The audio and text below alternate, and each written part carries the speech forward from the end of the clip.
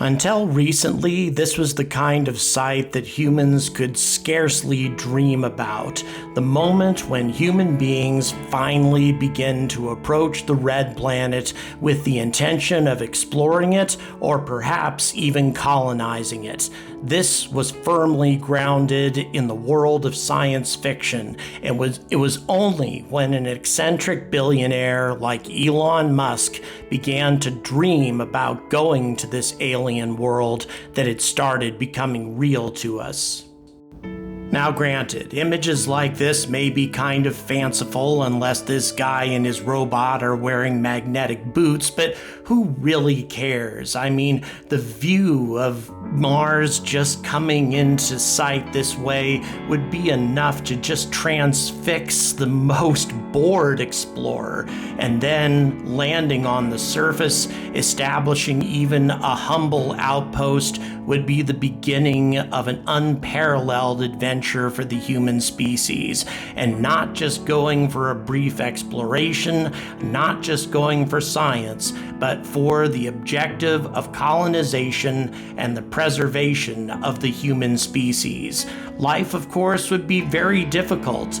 Any explorations outside your habitat would, of course, need to be in some sort of environmental suit, although those suits are becoming more and more attractive, like the reverse-engineered biosuit that I've talked about in the past. But still, it would be extremely difficult, beyond challenging, and yet SpaceX is facing something even more challenging. And you guessed it, the most serious obstruction that Elon currently has in his plans of colonizing Mars are not dust storms, not radiation, not the colossal distance involved, but the U.S. government.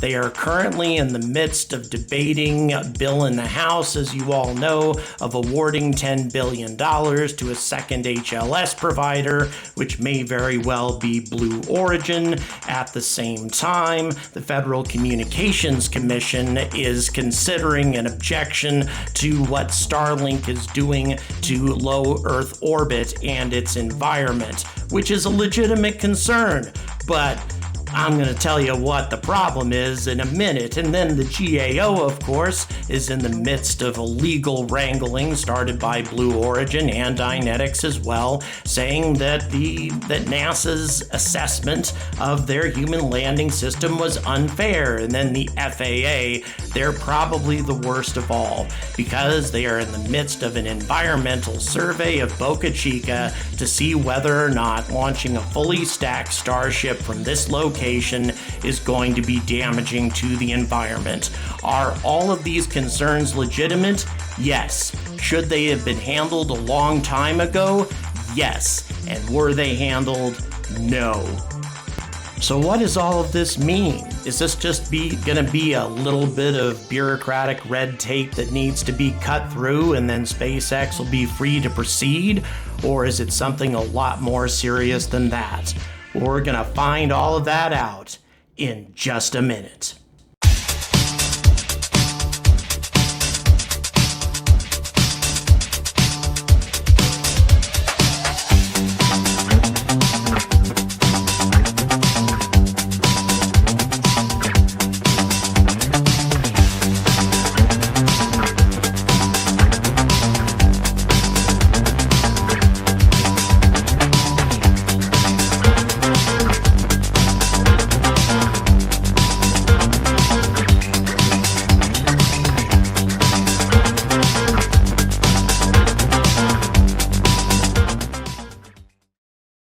Good morning, and welcome to yet another episode of the Angry Astronaut, plowing this content out as I always have, simply because there is so much going on in the world of space science and space flight. One particular issue that I've been wanting to talk about for a while is something that pisses me off more than just about anything else, and that is the fact that the future of SpaceX is literally in the hands of a variety variety of different governmental agencies. The GAO is deciding what's going to happen with SpaceX and the HLS program. And then we have the FAA doing an environmental study of what's happening at Boca Chica.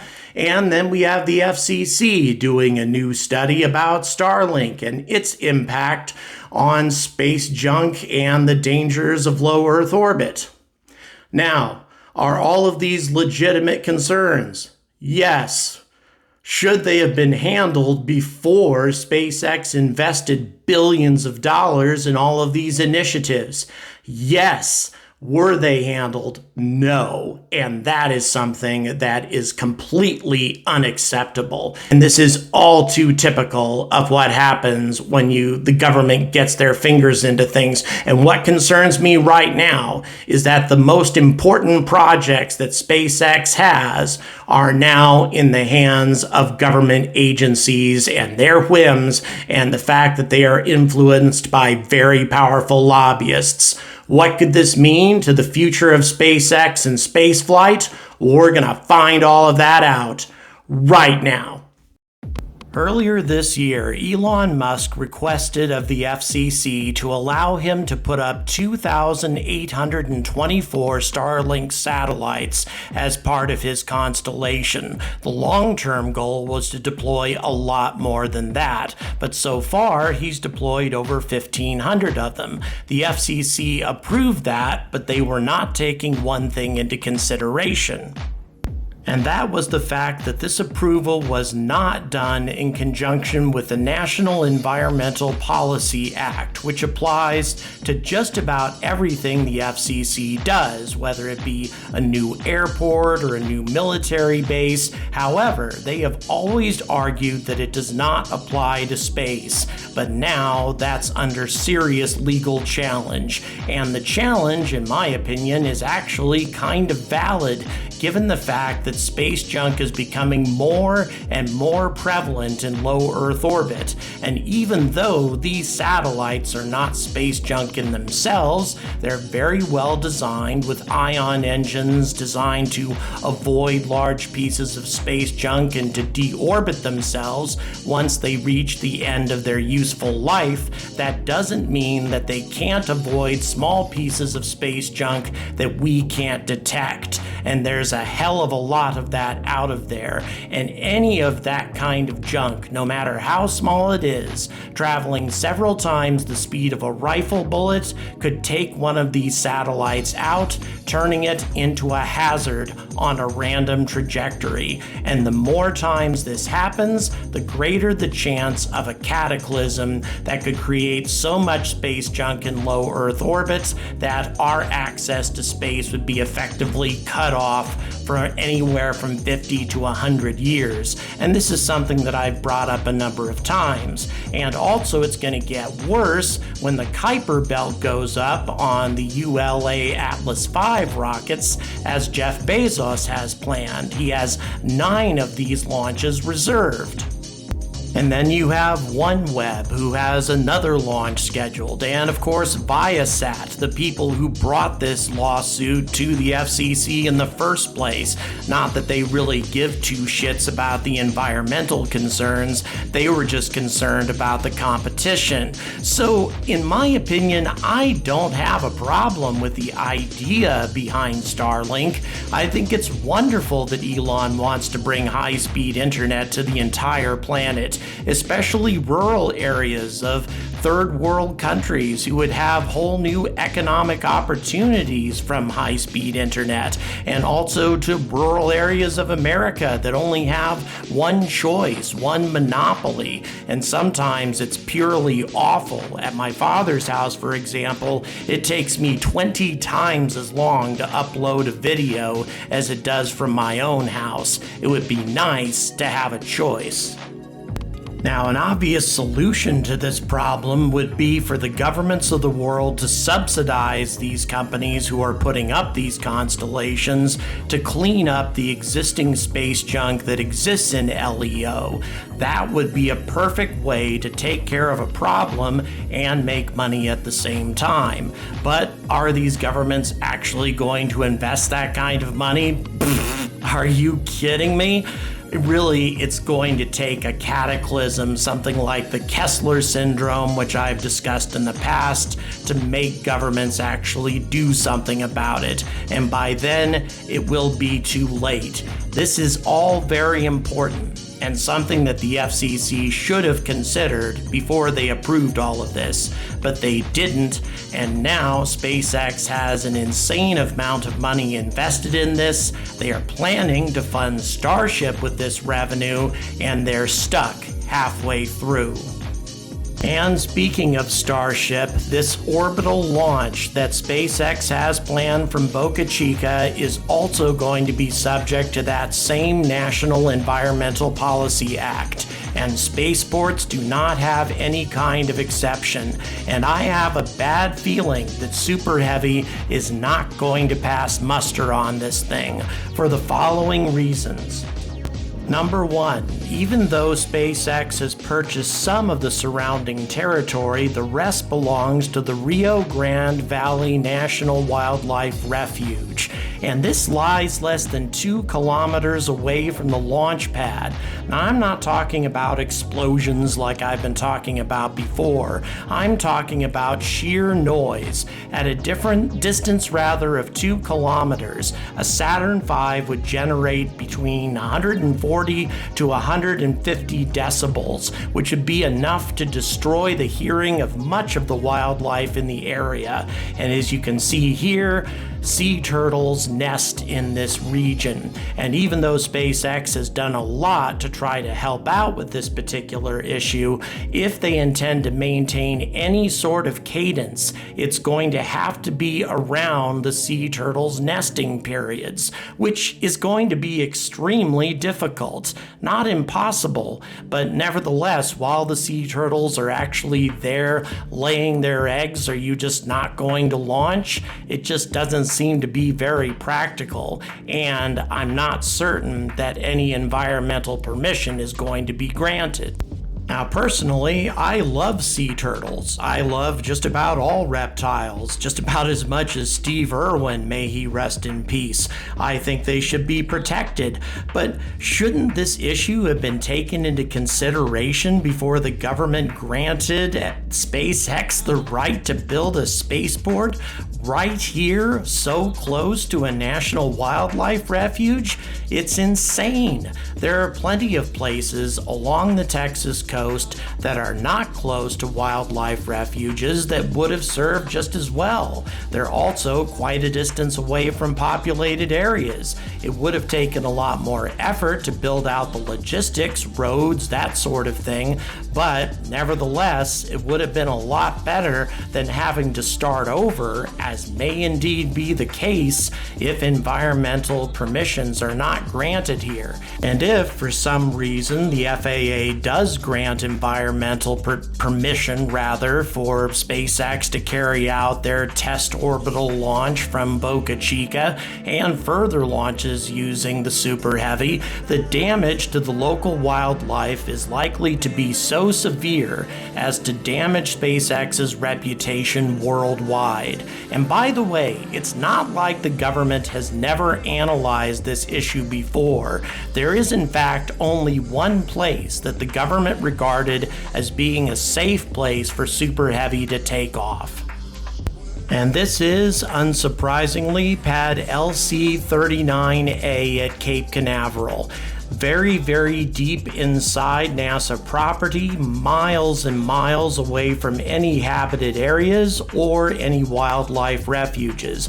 Granted, there is wildlife in the area, but everything has been very accustomed to heavy launches in the past in this region, and NASA has been prepared to accept the consequences for many decades. This is where they recommended that Starship be launched. As a matter of fact, a very thorough study was instituted in terms of the impact that Starship would have on this region, and that's linked in the description.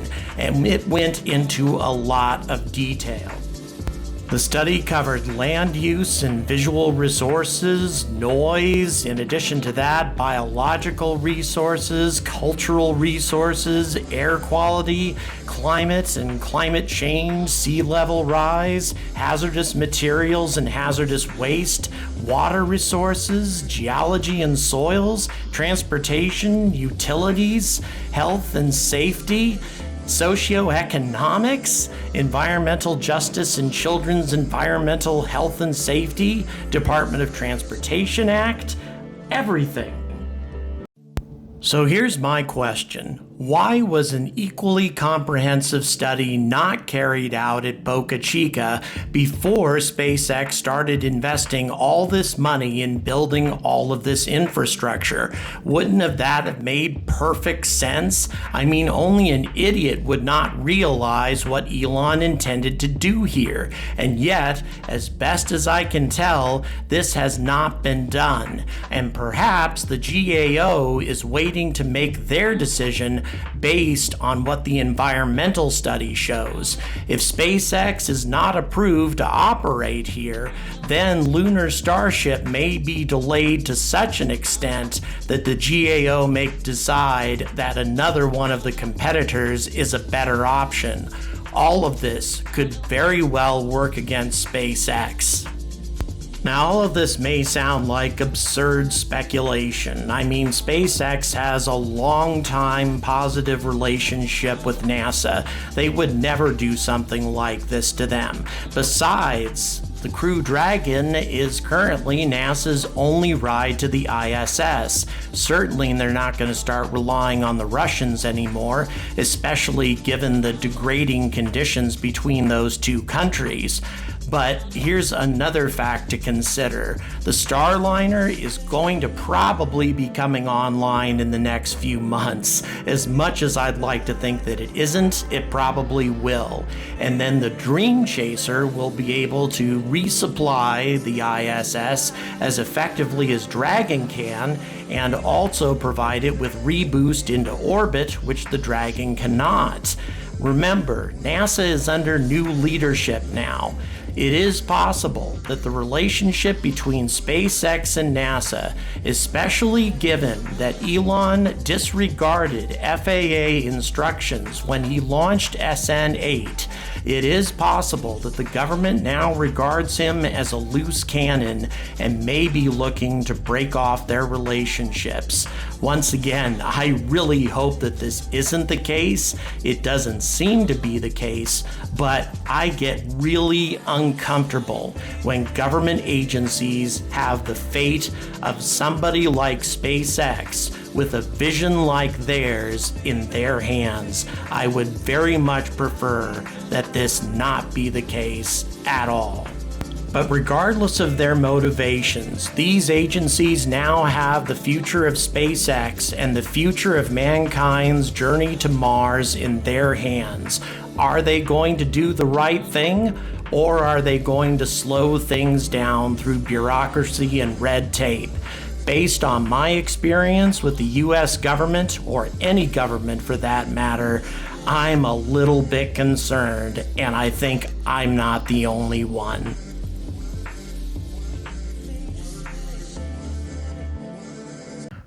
So, before I go on any further, I need to acknowledge one of my partners, a partner from the very beginning, a very talented individual in the Netherlands who runs a company called Spaceship Mania, and he has contributed this incredible piece of work to my set, and I could not be more grateful. All of you should know at this point how much I like the alpaca, and I'm not giving up on this thing, even if it doesn't end up being the second choice for HLS. There's also what's called a Sustainable Lander project that's coming out, a new contract from NASA. Who knows, they may choose yet another lander. Never can tell. I think alpaca is going to be in the mix for a while, and it's going to stay on this set, and I'm going to continue to promote this particular design simply because because I like it so much. I think that it is, as I've said many times, the ideal way to scout the moon's surface before we move in something as big as lunar Starship. Okay, all that having been said, are you mad yet about what's going on with the government? Because I sure as hell am. This is irresponsibility at every level, and all of these agencies have done precisely the same thing. They are making a decision at the 11th hour after tons of money has been spent on whether or not SpaceX can proceed with some of their most important projects. When it comes to Starlink, I mean, this is a project that was supposed to produce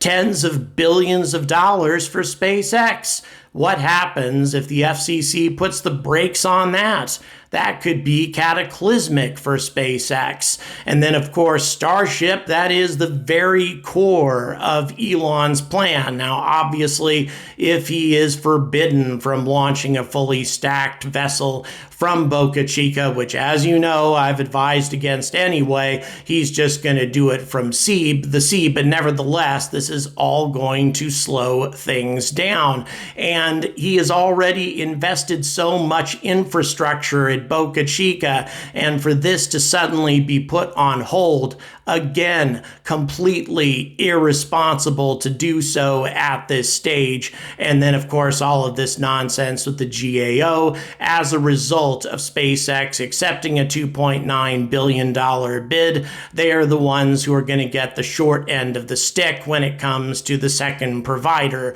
They're going to get the lion's share of the money, and Elon is going to have to pay the lion's share of lunar Starship.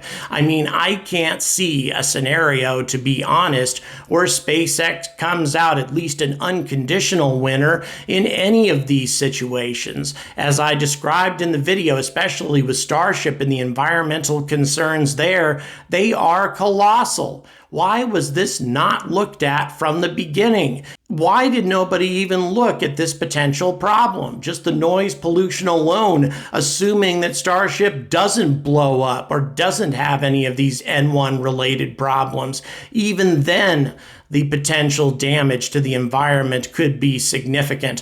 Why was this not investigated? Because there are plenty of places on the Gulf Coast that are not close to wildlife refuges, that are not close to population centers. Granted, they would be harder to build out to, but still, I think that would be a hell of a lot easier than starting over again, which is entirely possible. That may be what Elon has to do, or he may just have to wait until his oil platform solution is ready.